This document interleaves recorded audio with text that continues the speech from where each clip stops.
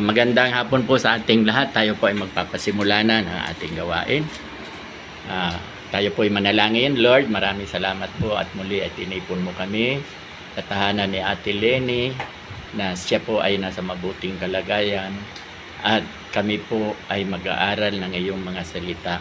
Nawa Lord, maipamuhay po namin ang aming matututunan sa hapong ito. At yung iba pa po naming nakasamahan, kayo po ang dakilang misyonero, nawa Lord ay hipuin po ninyo na sila man ay makarating sa dakong ito. Ito po aking dalangin ay binibigay ko po ang kapurihan sa pangalan ni Jesus na aming tagapagligtas. Amen at amen. Ngayon naman po ay handa natin ang ating mga sarili na walang iba, ang aking may bahay ang siyang magtuturo ng Bible study.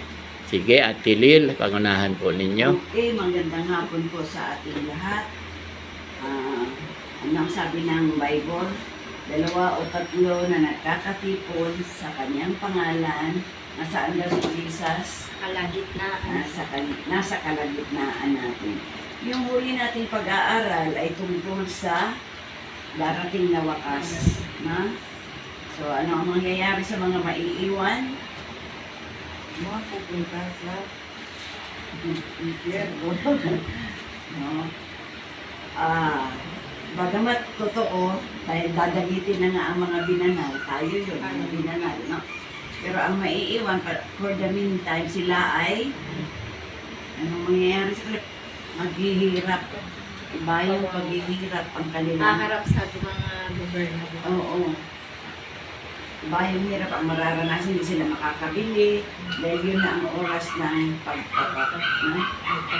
Tatatakan pa. Wala kang tatak, wakain. Walang bili.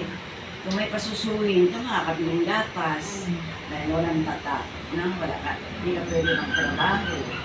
At ano ang mangyayari kapag ikaw ay nahuli, siyempre alam mo na ang mangyayari. Ngayon, meron din ditong aralin na ipinagkaloob si Mateo patungkol sa pag-ibig natin sa ating Diyos. Sabi nga dito, kung iniibig mo ang iyong ama o ina nang higit pa sa akin, ano ang mangyayari?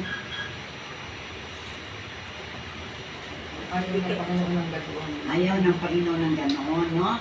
Kasi higit siya. Katulad ng mga ganito gawain. Ang nais ng Panginoon, priority natin siya sa ating buhay. Wala tayong pwedeng idahilan na mainit, malayo, nahihilo, dahil meron tayong Diyos. Ang sabi nga ng ating pinag-aralan, lahat ng sakit, pinapagaling ni Jesus. Kaya, ang Panginoon natin, ang Panginoong Jesus talagang worthy ng ating pag-ibig, ng ating pagsamba, ng ating pagmamahal sa Kanya, no? Wala na tayong ibang, yung mga asawa, anak, second na lang yan, no? Dapat ang pangunahing sentro ng ating puso ay si Kristo. Hindi niyo pwedeng sabihin, ay, nandyan yung asawa ko, dapat mauna si Jesus. Hindi mo si Leslie, no? Isa nga na hindi ko naman siya pinagmamalaki. Kahit na bagong dating yung asawa niya. Pag meron silang gawain, inuuna niya yung gawain. Iwan, ang asawa, ihatid lang siya, susunduin. Ang bang may pasok, ganun lang ginagawa. Pag may kanta siya, ganun din. Pero mo, pag yan sila nag-practice ng kanta, Miyerkules, maghapon yun, mag-practice. Ang sunod yan, Sabado. Tapos, Linggo sila kakanta. Ganoon sila Saan sila nagpa-practice? Doon, sa church dyan, sa ano. Yung pinuntahan natin, doon. Hindi pala nailabas-pas ko rin ang kukunin ko. Doon sila. Dapat, kaya ang sabi ko, ba't ganoon? Dapat ito rin ang makita sa mga tao na yung dedication nila. At least dito sa atin, meron naman mangilan-ngilan. Meron survivor dito. Merong iniwan ang Panginoon dito sa ating grupo. Ngayon, yung bilang natin, huwag yung titignan. Ano ba yun? Narinig ko, meron din sabi ko, magsasara na tayo, hindi tayo magsasara. No? Hindi tayo May magsasara. nagtanong. May nagtanong. Kanina ba nagtanong? No, hindi tayo Sa magsasara. bakit na Angie? Dahil tayo ngayon ay meron ng rehistro. Yung ibang mga churches diyan, walang rehistro yan. Tayo kompleto na. Ngayon pa tayo magsasara. Kung tao lang, ang Diyos ang magpapadala niyan. Okay, balik. Punta na tayo sa chapter 11. Nagbasa ba kayo ng Bible ninyo? Chapter 11, Jesus and John the Baptist. Sino nga itong si John the Baptist? Siya yung pinsan ni Jesus na anak ni Elizabeth. Natatandaan ninyo nung magpapasko noon, nung si Elizabeth ay buntis, pumunta doon si Maria, na siya rin ay buntis kay Jesus. No? So, ito si Elizabeth, ang anak niya si John the Baptist. No? Ano daw ang ginawa ni John the Baptist? Siya ay inihanda niya ang daan para kay Jesus. At ang ginawa pa ni John the Baptist, siya yung nagbautismo kay Jesus. No? Tandaan niyo yung mga pangalan. At ang sabi niya, sino ba ang pinaghahandaan mo? Yung bang magaganda ang damit? Sabi ni John the Baptist, mga hari lang yun. Ang pinaghahanda ko ng daanan ay ang Panginoon. No? So, Panginoon. Tignan ninyo kung gaano kaaba ang dating ng Panginoon. No? Ang Panginoon, ano lang ang damit niya? Yun lang, normal na damit ng isang tao. Wala silang mga palamuti, ang sandalyas nga niya. Minsan na nakayapak lang, no? Ganoon ang dating ni Jesus. Siya ay nagpakababa. Na? Hindi siya naging mayabang. Ang iba, wala na nga, mayabang pa. No? Pero si Jesus, hindi siya nagyabang. Kahit siya ang anak ng Diyos, hindi siya kailanman ay hindi siya nagyabang.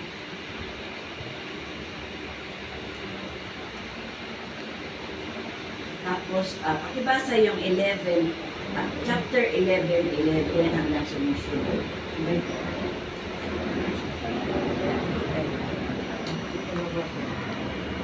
Kahit nagdakila si Juan na tagapagbautismo ay sa sino mang isinilang sa daigdig. Ngunit ang pinakahamak sa kaharian ng langit ay mas dakila kaysa kanya. Naintindihan niyo yun? Sabi naman, wala dang ibang higit na dakila kaysa sa kay Juan Bautista. Bakit kaya niya nasabi yun? Si Jesus ang nagsabi nito. Bakit siya higit na dakila? Halimbawa, ikaw pastor, nagbautismo ka sa presidente ng hindi sa Pilipinas, sa Amerika, si Trump, no? Di ba mababantog ka, uy, ang galing naman yung pastor, no? Siya ang nagbautismo kay President Trump, no? Na presidente ng Amerika. Pero ano ang kasunod na talata? Yet, subalit, kung sino man yung pinakaaba sa kaharian ng langit, ay higit na dakila kaysa kay Juan Bautista. Sino yung pinakaaba? Sino pinapatungkulan? Si Jesus ang pinapatungkulan dito. Okay? From the days of John the Baptist until now, the kingdom of heaven has been forcefully advancing and forceful men laying hold on it. So, sasabihin natin na may mga nagsara mga churches, pero ang sabi, until now, ang kaharian ng langit ay nagpapatuloy. Bagamat may mga ilan-ilang mga simbahan, lalo na sa Europe, meron sa Amerika, no? Sa iba-ibang panig ng daigdig, meron mga nagsasara. Alam nyo ba, ang nakakalungkot pa, may mga churches na ginawa ng, ano yung inuman? Ano yung tawag dyan? Bar. Bar. Inuman na lang. Pero ang sabi ng banal na kasulatan, the kingdom of God is still advancing. Ibig sabihin, nagpapatuloy. No? Yung totoo, nagpapatuloy. Yung nakakaalam ng katotohanan, sapagkat ano daw ang katotohanan? Siyang magpapalaya sa atin. No? So tayo, kayo ba ay pinalaya, kayong tatlo? Pinalaya na ba kayo? Amen, no? So tayong lahat ay pinalaya na mula sa kalikuan, mula sa kasinungalingan, mula sa gawa ng kaaway, mula sa saan? Pagkaalipin. Saan tayo alipin?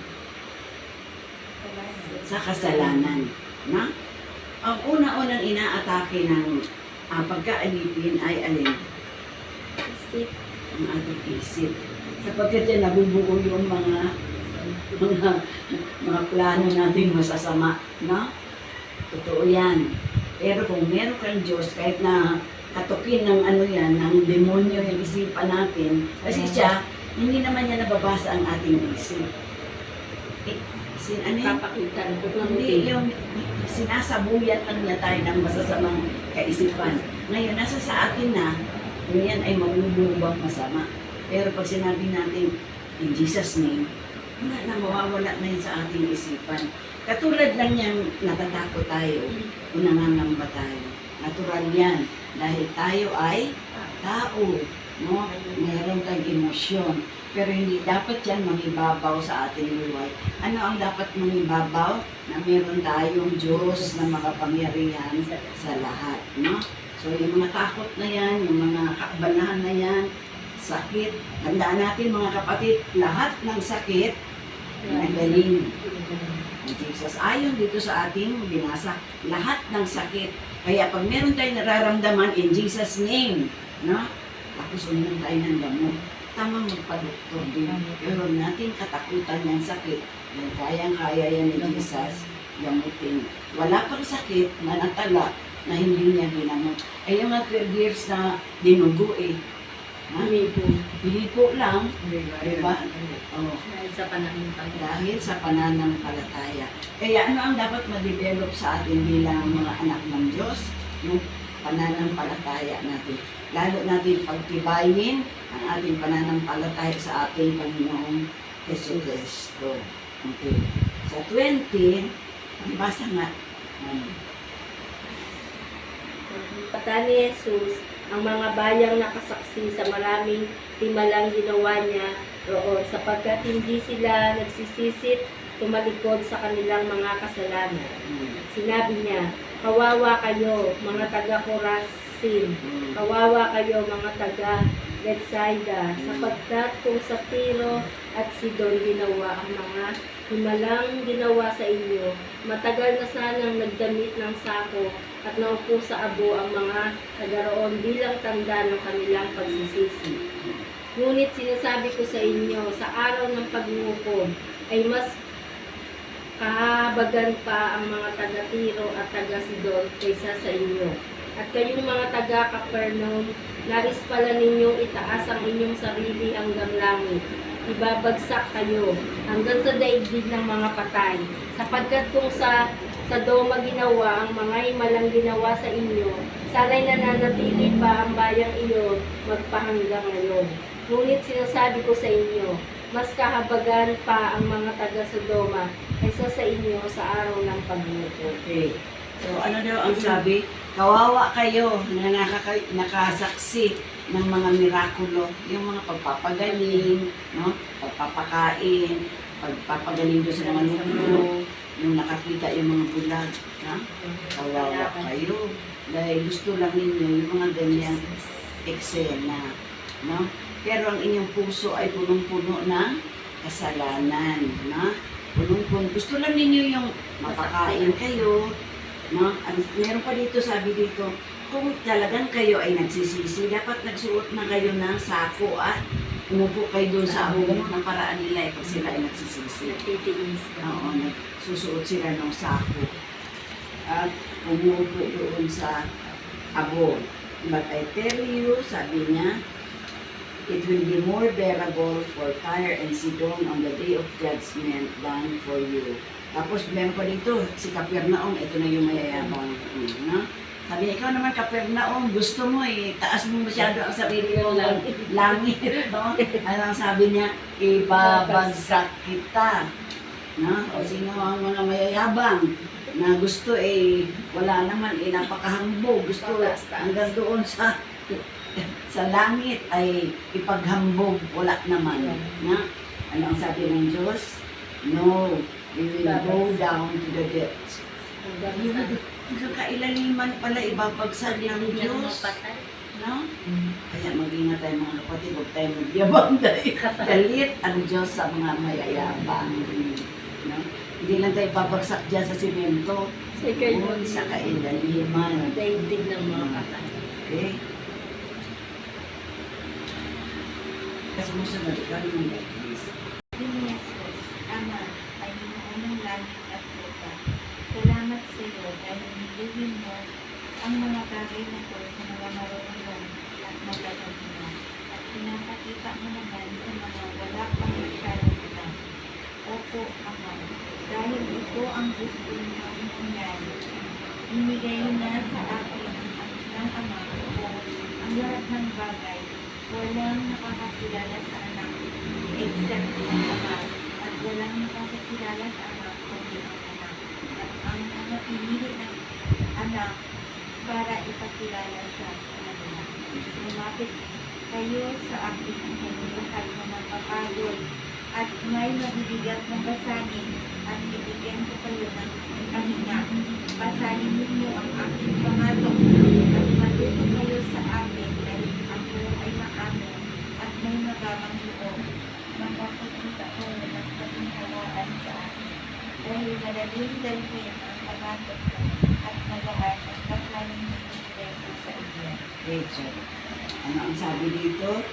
At that time, Jesus said, I praise you, Father, the Lord of heaven and earth, because you have hidden these things from the wise and the learned and revealed them to little children. Bakit ni-reveal sa mga bata daw? Ito ay little children, maaring figure of speech. Ano ang ni-reveal dito ng Diyos sa pamamagitan ni Kristo? Na ipinahayag na si Kristo ang totoong Diyos, totoong tao. Pag sinabing little children, maaring maliliit na bata o yung mga wala pang kamuwang-muwang sa salita ng Diyos o sa mundo, no? So dito, pinahayag sa mga bata. Sapagkat ang mga bata, pag sinabihan mo, oy, punta tayo sa Janet niya mamaya, maniniwala ka agad yan. Katulad din ng mga wala pang alam, no? Pag sinabihan mo na ang Diyos ang ating tagapagligtas, siya ang gumawa ng langit at lupa, maniniwala yun. No? So doon ni-reveal sa mga wala pang pagkaalam. No? Hindi doon sa mga marurunong na, dahil bibatihin ka pa, marunong pa. Ang sabi, ang lahat ng bagay ay ipinagkaloob na sa Panginoong Hesukristo. Ang pamamahala ng langit at lupa ay nasa kamay na ng Panginoon. Kaya hindi natin pwedeng sabihin, hindi siya Diyos. Bagamat siya ay Diyos, siya ay totoong tao din. No? Sapagkat walang tao pwedeng maging Diyos. Tama? No? Walang tao na pwedeng maging Diyos. Diyos-Diyosan lang yun, no? Na isinasayaw na wala kasing paa. Okay? So, meron na naman siyang sinabi dito tungkol sa atin. Sabi niya, lumapit kayo lahat ng mga nabibigatan at sa inyong mga pasanin. sa inyong mga pasanin at kayo ay bibigyan ko ng kapahingahan. Tapos sa 29, ano ang sabi sa 29? Pagsabihin ninyo ang aking pamato at natututo kayo sa akin. Kapag ako ay na aking nagabang loob. Nakakatapo kayo sa akin ng aking na. Sabi dito, sapagkat ang aking for my yoke is easy and my burden is light. Kaya sabi, saan daw tayo lalapit? Inulit na naman niya. Saan daw tayo lalapit kapag tayo ay nabibigatan sa lahat ng mga pasanin sa buhay? Jesus lang. No? Kaya nga nung linggo, sabi ko, alam niyo na kung kanino kayo lapit, huwag na kayo ikot ng ikot kung saan kayo pupunta. No? Iluhod niyo lang yan inyong mga tuhod at manalangin. Sapagkat meron tayo Panginoon na nakakaalam ng lahat ng bagay, nakakaalam ng lahat ng ating pangangailangan, nakakaalam ng nais natin sa ating buhay. Ang kailangan lang, iugnay yung ating puso sa Kanya. Lumapit tayo sa Na, Kanya. lumapit tayo sa Kanya na may kababaang loob. Huwag tayo lumapit sa Kanya na napakayabang natin. Sapagkat hindi tayo tatanggapin ng Panginoon. Tayo din. Hindi tayo diringgin dahil ano nga siya, napupuot siya sa mga mayayabang. Na? So yan ang ating pag-aaral. Meron kayo tanong, itatanong pala kayo. Ano ang katibayan na kayo ay anak ng Diyos? Ang ganun mong salito ang magkakatulad kasama ng ating espiritu. Memoryado na. Hindi, no? Kasi baka mamaya, tanungin na naman kayo, ay ano katibayan ninyo na kayo ay anak ng Diyos? No? O paano nga kayo naging anak ng Diyos? Nung tinanggap natin siya bilang Panginoon at Tagapagligtas. Amen. Pagkatapos natin pagsisihan ng ating mga kasalanan. No? So, huwag niyo kalimutan yung pagsisihan ng ating mga kasalanan. Kapag hindi tayo pagtatawarin, pag walang pagsisisi. No? So, yan ang tatandaan ninyo. Kaya ako kayo, nire-refresh sa ganyang mga aralin dahil dadating ang panahon na makakatagpo kayo ng mga matatalino. No? Na sobrang Sabi talino. mali ang tungkol. Mali na naman ang tinuturo namin. Pastor. Hindi marunong si Pastor. Oo. Eh, gusto doon magsaboy sa loob ng bahay. Ano ba yun? Nakaka-ignorante naman. Sumama pa daw sa Saan ka naman nakakita na, alam mo kasi kami sa mga class kami, sanay kami sa mga class ng mga services, so walang nagsaboy sa loob ng bahay. Doon sa simenteryo. Sumama pa daw sa Pilipinas. Saan nagsabog? Sa kasi sa Yemeni, yung hapon na sa kapatid ko. Kasi Ano? umuwi sila sa kanila. Yun po, ganun. Anong nangyari sa kanya? Parang okay na po siya kasi nakauwi na siya sa bahay. Ah, Bayan sila. Sa kansa. O, pagpasalamat mo, prayer. Ha? Good health. Good health. Ikaw, de. Oh, Good health din. Ang good health. Saka yung pagtulong ako yung pahinta. Hindi pa tapos yung mga laboratory. Actually, Nagalingan ng kapatid ko. ay manalangin, kailang Diyos, pinupuri ka namin, sinasamba ka namin, niluluwalhati ka namin, Panginoon, sa oras na ito. Salamat, Panginoon, sa pagkakataon na kami ay malayang nakakapaggulay-gulay ng iyong salita. O Diyos, tinataas namin sa iyo ang aming mga kapatid. Salamat sa mga aralin na ipinagkaloob mo sa aming Panginoon sa hapong ito.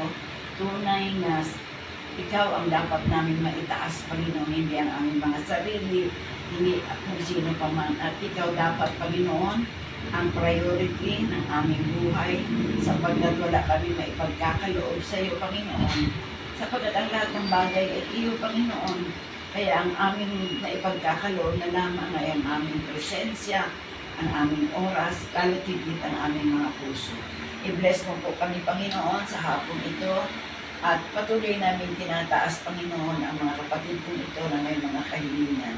Salamat po sa buhay ni Ana, sa pamamatubay mo sa tahanan niya, maging sitong na mayroong trabaho. Lord, ikaw po mag-ingat sa kanya, patuloy mo po siyang ingatan at subaybayan.